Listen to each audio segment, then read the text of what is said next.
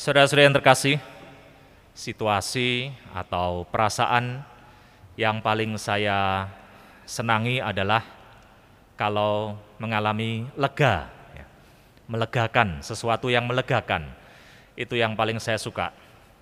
Karena perasaan lega itu adalah setelah melewati sesuatu hal ya, yang mungkin menegangkan, mencemaskan, atau menakutkan bahkan, lalu orang berhasil melewati dan rasanya lega. Ya. Mungkin juga menyelesaikan tentang sesuatu hal.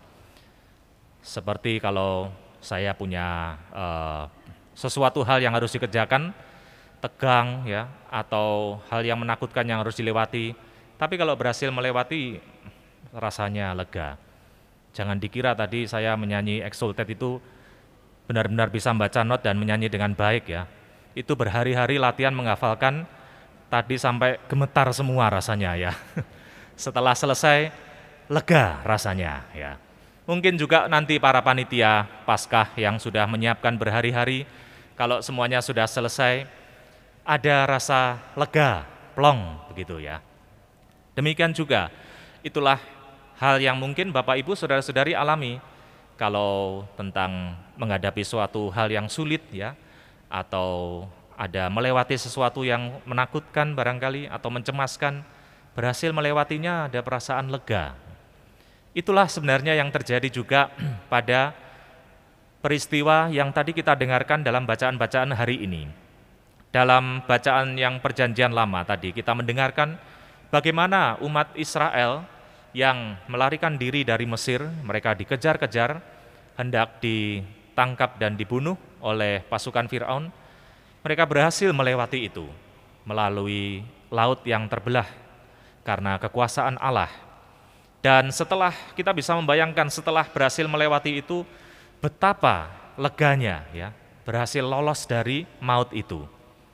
Demikian pula dalam bacaan Injil hari ini, kita mendengarkan bagaimana para perempuan dan juga murid-murid Yesus yang mungkin kita bisa membayangkan ketika mengalami Yesus yang bangkit, ada kelegaan luar biasa, ada perasaan yang gembira dan tidak tahu kita tidak bisa membayangkan bagaimana apa yang dialami oleh mereka saat itu.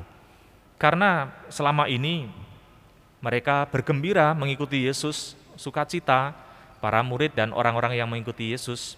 Tapi tiba-tiba saja Yesus lalu ditangkap, disalibkan dan wafat. Kosong, tidak ada apa-apa. Ya. Bagi para murid ini adalah hal yang mengejutkan. Tiba-tiba saja seperti itu. Dan ketika para perempuan, Maria Magdalena dan Maria yang lain, menengok makam Yesus, mereka melihat bahwa makamnya kosong. Malaikat memberitahukan Yesus sudah bangkit. Perasaan ini bisa kita bayangkan ya. Bagaimana para perempuan yang sedih kehilangan Yesus, lalu mereka dengan lesu ke makam Yesus, tiba-tiba diberitahu Yesus sudah bangkit. Dan mereka pasti masih bingung. Ketika berlari kembali ke para murid itu masih bingung. Ini benar apa enggak ya? Ada perasaan takut karena melihat malaikat, tapi juga perasaannya gembira, ada kelegaan, jangan-jangan Yesus wafat. Akhirnya benar-benar lega ketika mereka menjumpai Yesus yang bangkit dan mengatakan salam bagimu, jangan takut. Saudara-saudara yang terkasih, inilah kalau kita bisa mengira-ngira saja ya, perasaan lega yang seperti apa yang dialami oleh para perempuan ini dan para murid Yesus ketika mereka mengalami kelegaan. Akhirnya Yesus tidak wafat, tapi Yesus itu bangkit. Saudara-saudara yang terkasih, dalam perjalanan hidup kita sehari-hari juga kita menghadapi persoalan-persoalan hidup yang mungkin juga kita bisa membayangkan betapa sulitnya kita mengatasi hal-hal tersebut. Peristiwa malam ini, Paskah, kita rayakan dengan sangat meriah. Dalam liturgi ini adalah puncak dari seluruh perayaan kita, karena kita merayakan kebangkitan Yesus. Sebenarnya mau mengatakan kepada kita semua, Paskah itu adalah saat Tuhan membangkitkan manusia. Paskah adalah saat kebangkitan itu mengubah kematian menjadi kehidupan.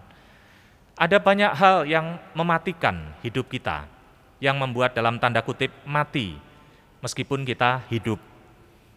Apa yang disebut hal yang mematikan itu atau yang membuat kita mati meskipun kita hidup? Mungkin adalah kecemasan-kecemasan kita.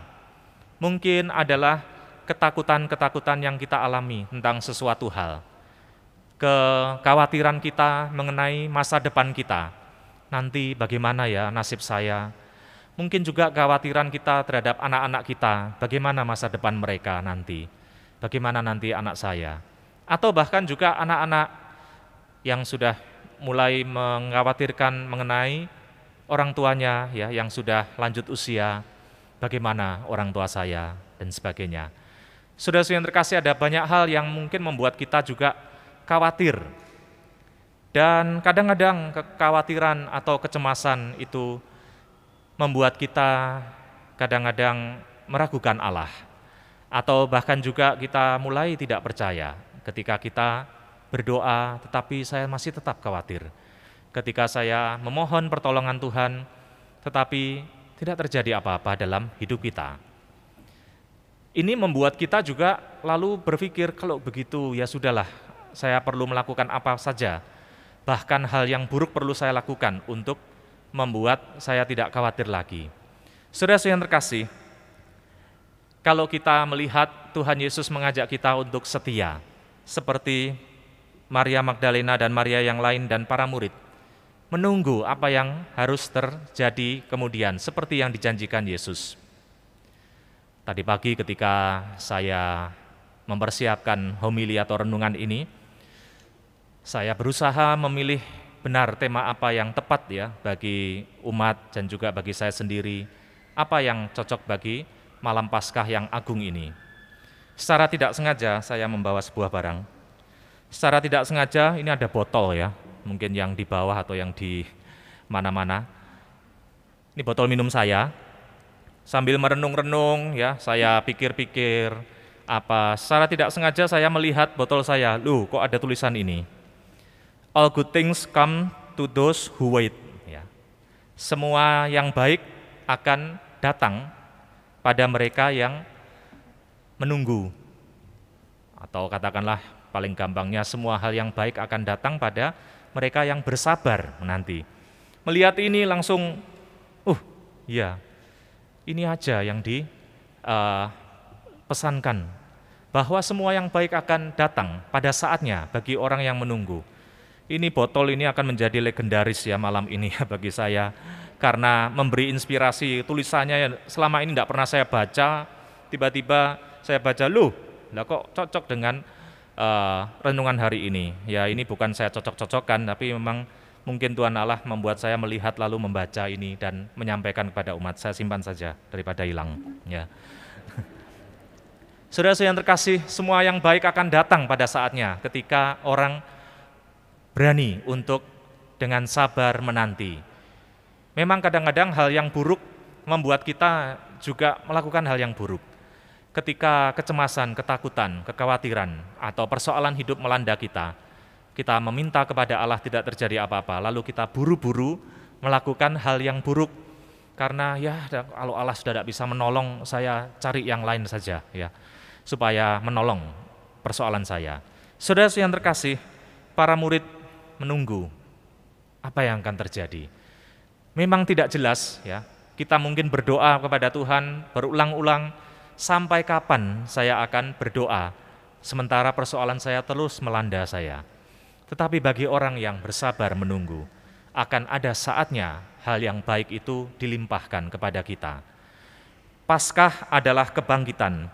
Kebangkitan adalah saat kematian diubah menjadi kehidupan. Tuhan tidak menciptakan kita untuk mati. Tuhan menciptakan kita untuk hidup. Dan dalam hidup yang kita jalani ini, meskipun kita menghadapi persoalan dan kesulitan hidup, Ia melimpahkan rahmat-Nya yang cukup bagi kita. Maka malam ini mengingatkan kita kembali bahwa Tuhan mau mendampingi perjalanan hidup kita, seperti umat Israel yang diloloskan dari maut, seperti juga para murid dan perempuan-perempuan yang berharap akan Allah. Mereka mengalami kelegaan ketika Yesus bangkit. Saudara-saudara yang terkasih, perayaan ini bukan ritual rutin yang perlu kita jalani, tetapi perayaan malam ini sungguh adalah perayaan rahmat Allah yang mendampingi setiap di antara kita. Maka kita pun juga berani untuk menaruh harapan ketika persoalan-persoalan, kecemasan, ketakutan kita mengalami hal itu, perlu kekuatan dari Allah sendiri untuk mengatasinya. Kita secara manusiawi tidak akan mampu menjalaninya sendiri. Maka kita perlu pertolongan dari Allah. Kekhawatiran-kekhawatiran dan kecemasan itu mungkin tidak akan langsung hilang, tetapi kita lebih berani untuk menanggungnya, lebih berani untuk menjalani dan menghadapinya.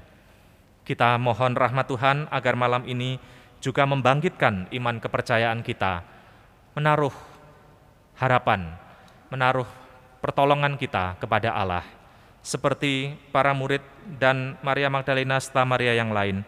Mereka sungguh berbahagia ketika mengalami sungguh Yesus yang bangkit. Kepercayaan mereka tidak dikecewakan. Demikian pula bagi orang yang percaya akan kebangkitan itu saat kematian diubah menjadi kehidupan.